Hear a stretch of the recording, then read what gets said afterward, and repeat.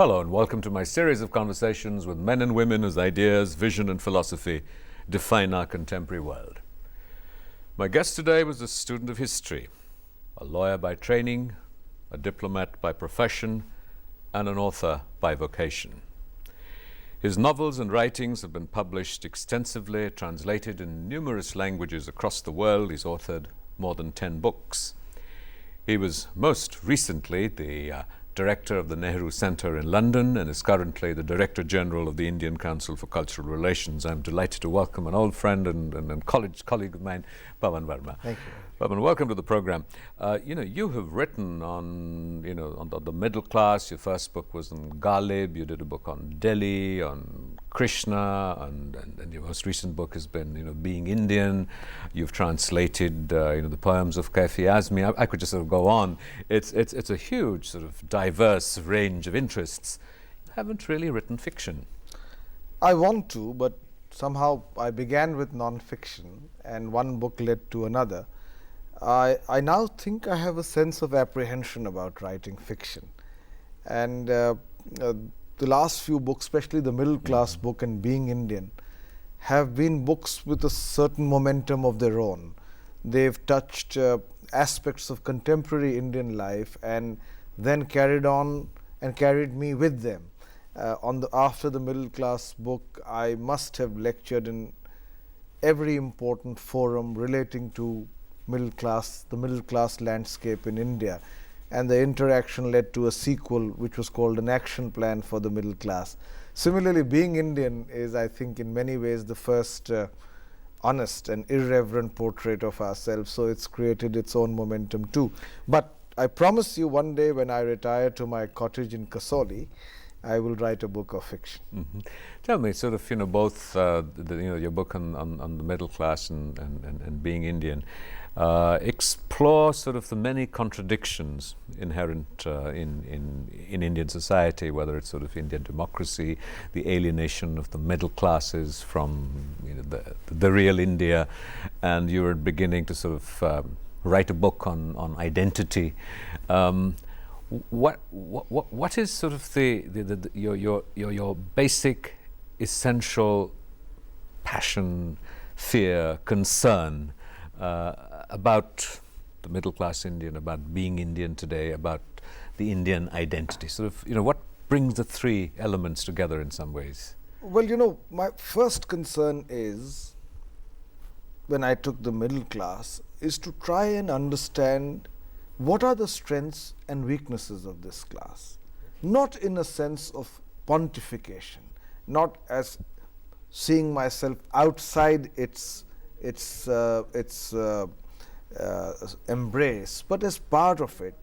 And there is a huge buoyancy, a huge energy in this class, this surge for upward mobility. It's an aspirational class. It wants to see India on the forefront of the nations of the world. It has an ambition for India, as it were. And its weaknesses are equally manifest, which is its insularity, its ability, almost effortless, to equate its own priorities and interests with that of India as a whole. Now, India is many Indias. But are you convinced that there really is this sort of this aspiration for India, or is it just sort of an obsession with their own, betterment, their own material development and growth? I think both are true. Both are true in the sense that there is an inherent individualism which motivates the middle class person. A better life, a better place under the sun, more objects of desire, and so on and so forth. But let us not make a mistake.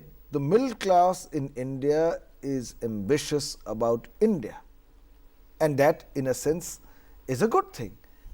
But what it forgets often is that the way to get India the place that it deserves may involve priorities and interests which go beyond the immediate kind of interest of the middle class itself. And sacrifices. And sacrifices. And what might those sacrifices be? Well, I don't think the middle class in India is going to sacrifice. You see, the problem is that if we set too high an ideal for a people or a class, they end up achieving nothing.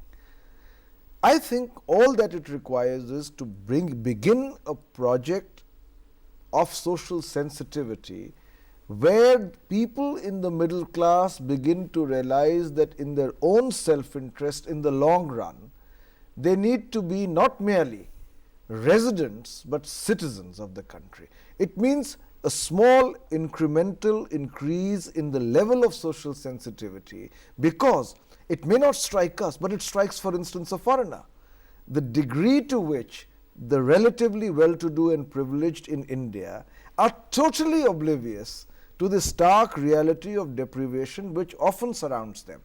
So it is something which, if they want India and themselves to be part of what could be called the respect spectrum. You know, one thing is for a nation to do well. It could be a temporary surge where statistics in economics go up. But if you want a nation in the enduring sense to be respected, India needs to fulfill three deficits. The social deficit, which is about social concern, welfare, community, a sense of people outside your mere ken of interest. The other is the ethical deficit. I think we are a people who, as I've argued in being Indian, who really don't have a definition of sin and are utilitarian. We see even a bribe as a means to an end and so on. But there is an ethical deficit which we need to look at in our own interest. And finally, the culture deficit. I think we in India are likely to be the first victims, in spite of being the legatees of such an ancient civilization, the first victims of being adrift from our cultural roots and victims of this aggressive Anglo-globalization. I think we need to look at that again, because we are a civilization which goes back 5,000 years, almost in an unbroken continuum. And there is a need for us to redefine our cultural identity, not in terms of tokens and symbolisms. The need is to define ourselves on the basis of pride, not xenophobia, but also knowledge. Knowledge, and especially the readaptation of certain symbols like language, on which I have very strong views. You know, your sort of the book on the middle class was more sort of a vigorous a critique, and when you went on to being Indian, it was also sort of moving in some ways to pinning or trying to locate responsibility. Who is responsible for the predicaments that India confronts, and from that what follows is that where might the catalysts for change come from?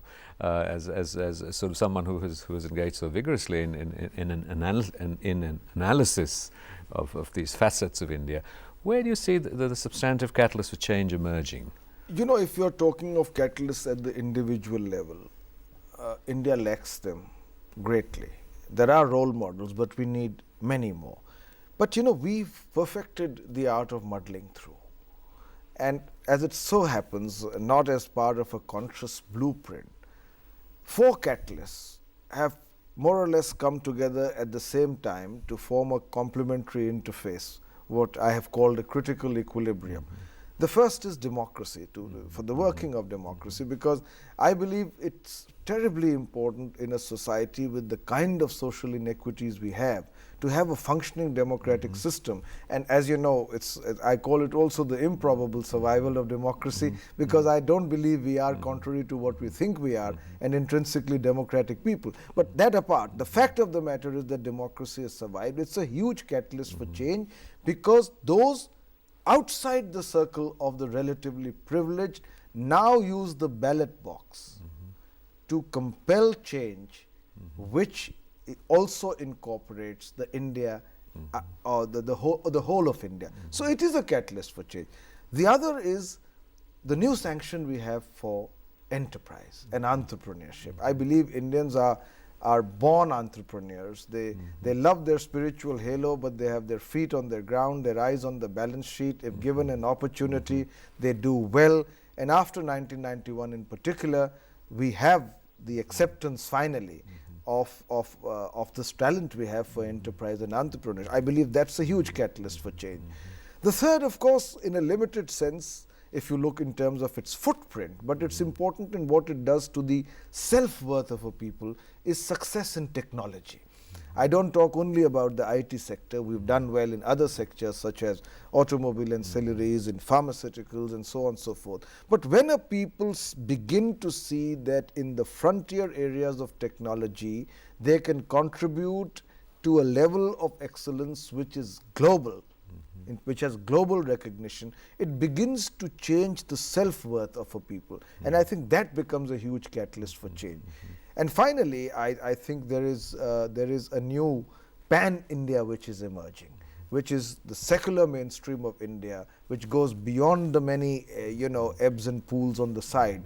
And that secular mainstream is confident, brash, irreverent, but it is an India which has given to every Indian in any part of the country more than one some symbol by which he or she can identify himself or herself with all of India. And I believe that is very important, because the salad bowl of India, which it was, I mean, a person, a Brahmin, for instance, in Madurai may have read the same Sanskrit text as someone of that class in Varanasi, but they knew very little about each other.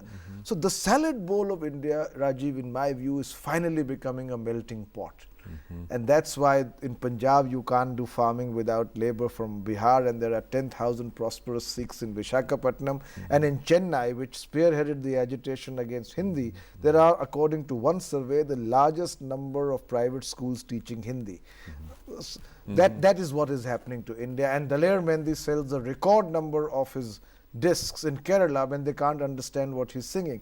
So that is what is happening to India. Now, when all these four factors come together, I believe they create the catalyst for change, the foundation for change, which for a country of India's size and complexity, it's important to have these foundations in order to be able to predict a stable trajectory into the future. We'll come right back to more of that in a moment. You're watching a conversation with the writer and the Director General of the Indian Council for Cultural Relations, Pavan Varma. We'll be right back after a short break. Don't go away. Welcome back to a continuing conversation with author, diplomat, and currently Director General of the ICCR, Pavan Varma. We were talking about catalysts for change, and you've mentioned four aspects.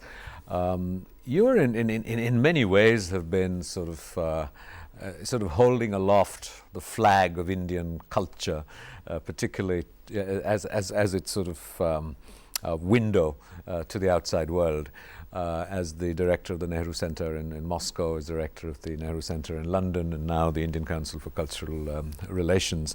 In this context of your interest in culture and heritage, and I should just again add that you've done a book on Krishna, you've done a book on Delhi and Chandni Chowk and the Havelis of Delhi, and translated Kaifi Azmi.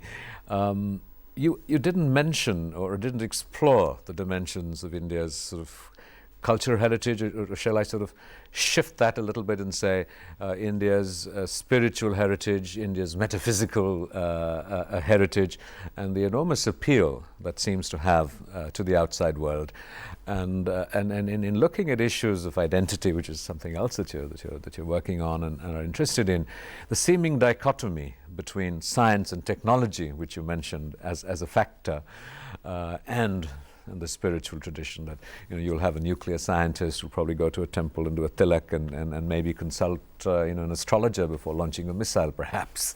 How do you see this? First of all, in my view, Indians are not inclined to entertain watertight compartments. I have said in another context that we are harmonious schizophrenics. And it's very difficult for people to understand how an Indian can live at two planes simultaneously without facing the contradiction. In fact, this kind of contradiction is mirrored in our social life.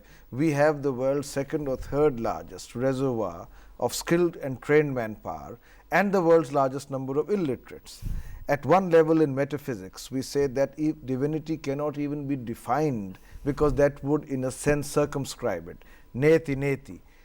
It's defineless. At another level, we extravagantly humanize our gods and participate in their marriages and in their wars and so on. So that is the Indian reality. But coming back to your question about India's spiritual heritage, which I will for a moment read as India's cultural heritage. I think India is culturally a superpower.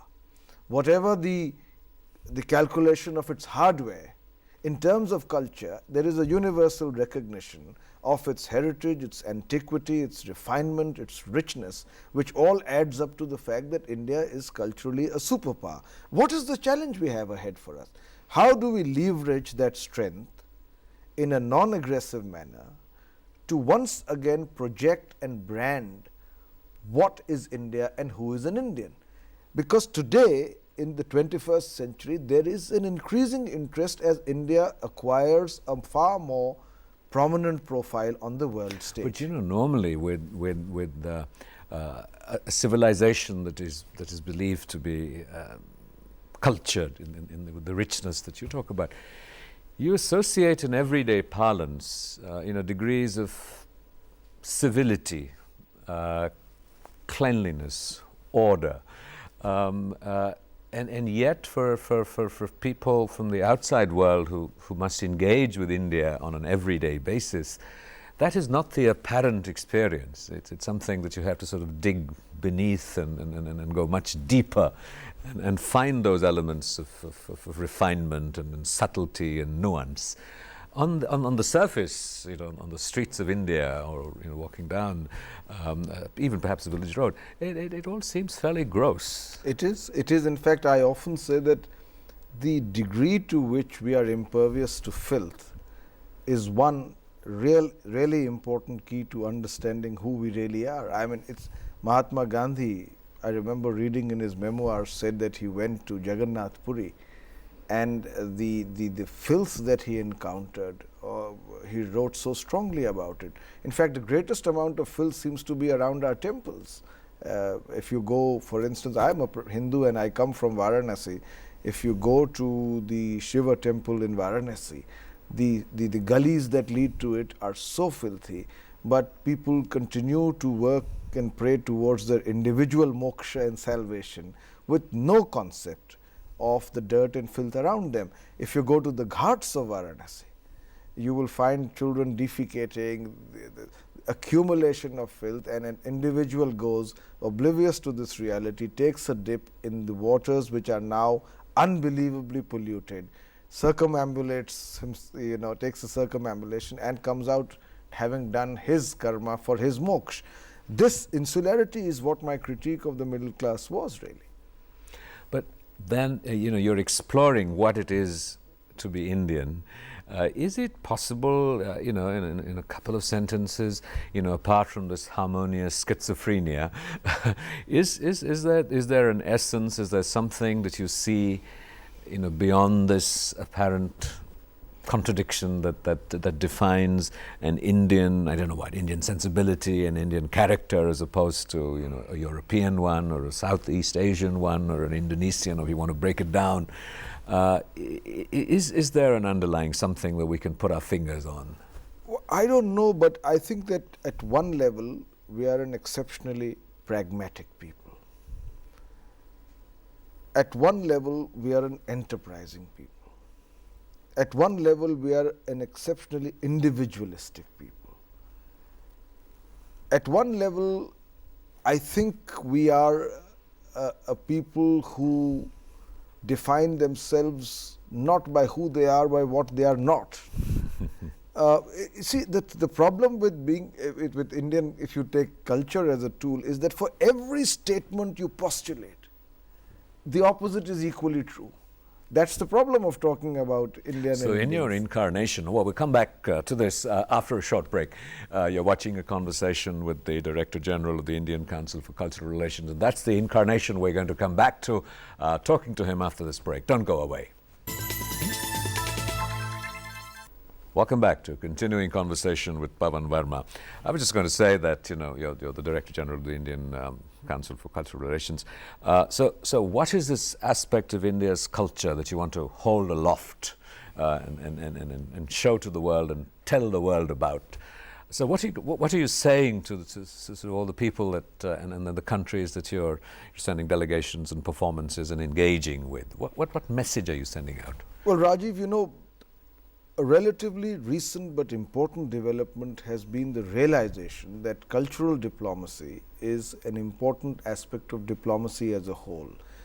There are many terms that are used for it: public diplomacy, or the soft power, the ability to use other than merely the conventional tools of diplomacy to project and brand a nation. And the Indian Council for Cultural Relations was set up as far back as 1950 to be able to do this. The ICCR is really an enabling institution for the Ministry of External Affairs. We use culture to reinforce the strategic foreign policy objectives of the government. What do we do with this culture? Well, explain this, the strategic foreign policy objectives of the government. For instance, we have a country with whom we wish to have relations upgraded. One way is the conventional way of through political dialogue, through economic relations. The other way is through cultural diplomacy, where you begin to create a greater profile for your country at levels which are both of the common person and of important decision making level circles. So how do you do it? Now, that is the challenge for India, where you need to be able to project the rich heritage of the past, the excitement of the change and transition of the present, and the potential of the future. And therefore, you need to use a variety of tools, not merely classical culture, but more exchanges at the level of individuals, distinguished visitors, the funding of chairs, the running of centers, the projection of what is new in terms of fusion music, the ability. What we try to do is to make people understand what makes Indians tick, because the world today wants to know what makes Indians tick as India acquires an increasingly important profile in the 21st century. It's very difficult in this area of work to correlate one activity with immediate return. So, it has to be a spectrum of activities which ultimately try and brand you as a nation with, as I said, a heritage, an exciting present, and an exciting future. This is the combination we need to present. So, you asked me, how do I reinforce the strategic foreign policy objective? For instance, if one of the foreign policy objectives of the Ministry of External Affairs is to try and strengthen existing relations in the neighborhood, then we use culture as a tool to try and reinforce that objective. The idea is to do it with credibility. The idea is to eschew propaganda. The idea is to draw on those reservoirs of culture which may be important not only to you, but which may have a resonance with the country to which you are with which you are dealing with. So, therefore, recently we did a program called Building Bridges. Now, it was a festival where I tried to use the windows within our culture which open out to other cultures. So, we had Geeta Chandran dancing to Tchaikovsky, for instance, Bharatnatyam. We had Shobna Narayan dancing to the chanting of Buddhist monks. We had Amit Chaudhary, the celebrated writer, whom you know also very well, who was trying to see where the intersecting points are between rag, rocks, blues and jazz. It's a way of trying to not only stress the universality of culture, but to say that India's culture is rich enough, wide enough to be able to reach out to other cultures through what is happening in their culture. It's only an insecure culture which becomes petrified. The ability to open out, to reach out, that was what we were doing then.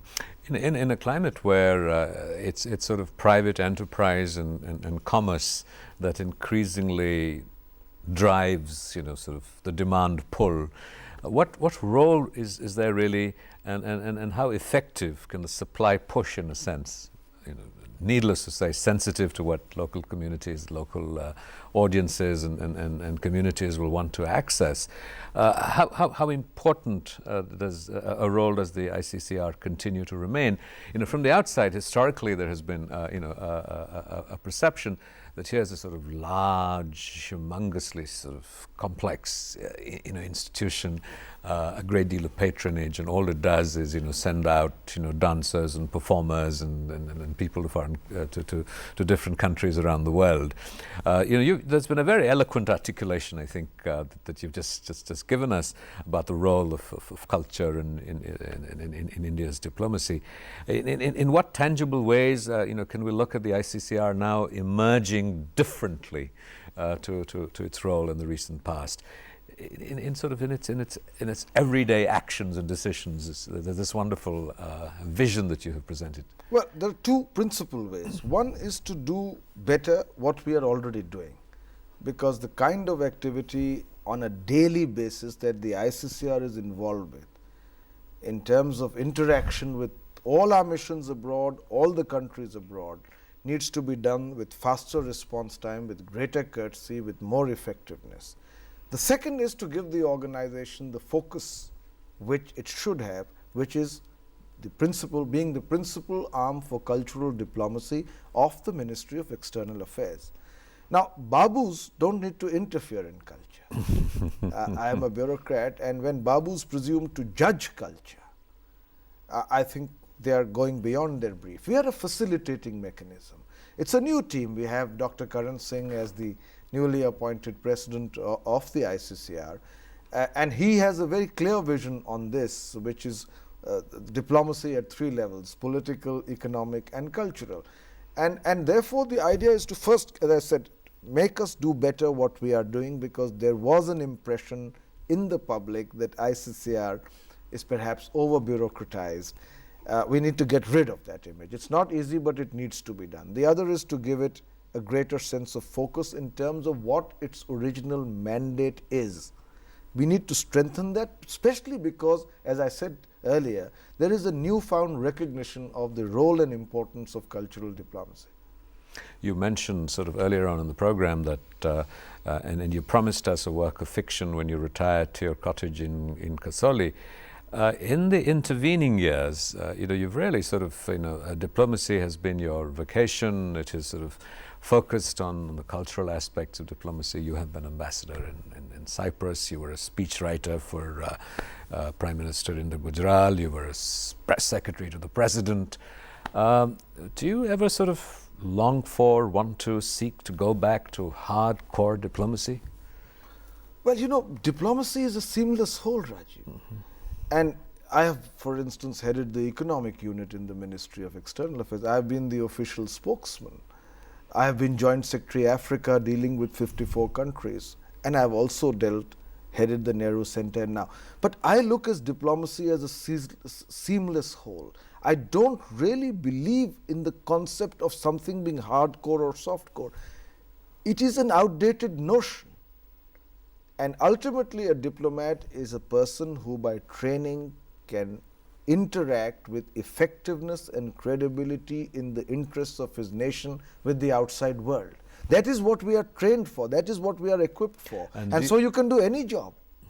And do you think that authorship will have to wait retirement till it takes precedence as your primary activity? Well, I have written all my books. I have written all my books, Rajiv, by stealing time, because you do two vocations. But I know what's the title of my autobiography, should I ever write Yes, tell us. It's going to be called A Reason to Laugh. Well, thank you very much, Pavan. Thank you, Raj. That's been a great privilege. Privilege is Thank mine. you.